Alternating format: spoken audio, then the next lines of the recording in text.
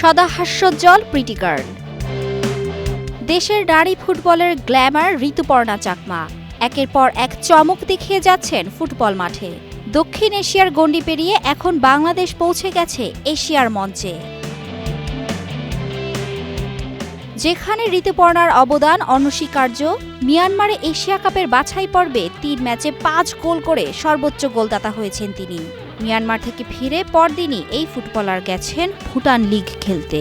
অথচ তাকে দেখে বোঝার উপায় নেই কত বড় ঝড় মাথায় বয়ে বেড়াচ্ছে নন্দিত এই ফুটবলার।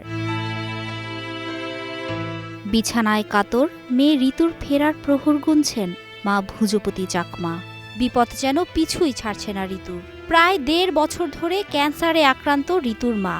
এরই মধ্যে চট্টগ্রাম মেডিকেল কলেজ হাসপাতালে দেওয়া হয়েছে ৩টি কেমোথেরাপি। ৩ বছর আগে বিদ্যুৎস্পৃষ্ট হয়ে ভাইয়ের মৃত্যু।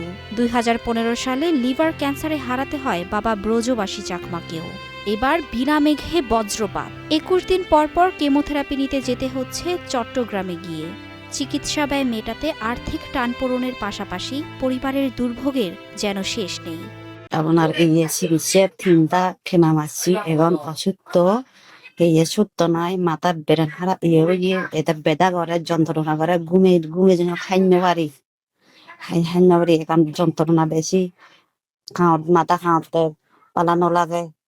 রাঙামাটির কাউখালী উপজেলার মগাছড়ি গ্রামের দুর্গম এলাকায় ঋতুপর্ণার গ্রামের বাড়ি। সে এলাকায় রাস্তায় বৃষ্টি কাদা পানিতে যাতায়াতে ভয়ঙ্কর রূপ ধারণ করেছে। ওর জন্য পুরা সারা বাংলাদেশ লোক অনেক খুশি হয়েছে, কিন্তু ও খুশি হলে কেউ, কিন্তু আমাদের আর্থিক দিকে তো অনেক সমস্যা। রাঙ্গামাটি শহরে ঘুরা দেখলাম যে ওই চিকিৎসা ওখানে নাই, রাঙ্গামাটিতে নাই। তো লাস্টে আমরা চট্টগ্রামে গেলাম। চট্টগ্রামে যাওয়ার পরে দেখতেছি যে বিষয়টা সাকেরা ম্যাডামকে দেখায় আর কি। এখন উনি টেস্ট দিল, টেস্টে ধরা পড়লো যে ওনার ক্যান্সার। ঋতুদের ফ্যামিলিতে হচ্ছে ঋতুই একমাত্র উপার্জনক্ষম ব্যক্তি। ঋতুর টাকায় সবকিছু চলে।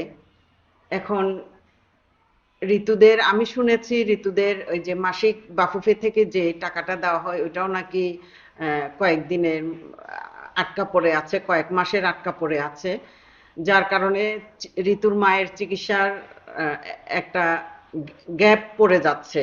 ছোট ভাই বিদ্যুৎস্পৃষ্ট হলে সড়কের অভাবে হাসপাতালে নিয়ে যেতে দেরি হওয়ায় পথিমধ্যে মৃত্যু হয় পার্বণ চাকমার।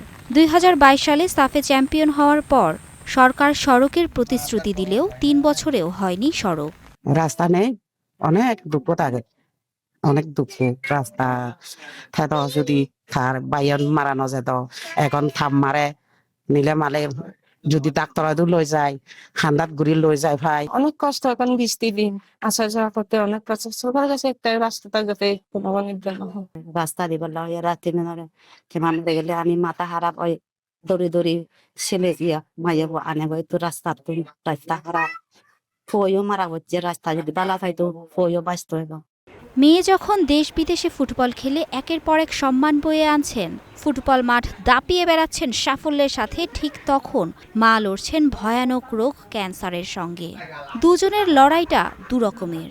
মেয়ে লড়ছেন ফুটবল পায়ে দেশের সম্মান বাড়াতে, আর মায়ের লড়াই জীবন প্রদীপ জ্বালিয়ে রাখতে।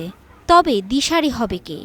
যেহেতু বিষয়টা আপনাদের মাধ্যমে আমরা অবগত হয়েছি, উনি যখন দেশে ফিরবে ওনার সাথে আমরা ব্যক্তিগতভাবে যোগাযোগ করে উনি যদি কোনো আমাদেরকে আবেদন দেন, সেটা যথাযথ কর্তৃপক্ষের নিকট আমরা দ্রুততার সাথে প্রেরণ করব। একই সাথে স্থানীয়ভাবেও তাকে কিভাবে সর্বাত্মক সহায়তা করা যায়, জেলা প্রশাসন সেভাবে কাজ করবে। রত্নগর্ভা ভুজপতি চাকমা সুস্থ হয়ে উঠুক দ্রুত, পরিবারের মুখে আবারও ফুটুক সুখের হাসি, এমনটাই চাওয়া সবার। তবে সেই জায়গায় বাফুফে কি রাখবে কোনো ভূমিকা? Mithila Anjum, star news.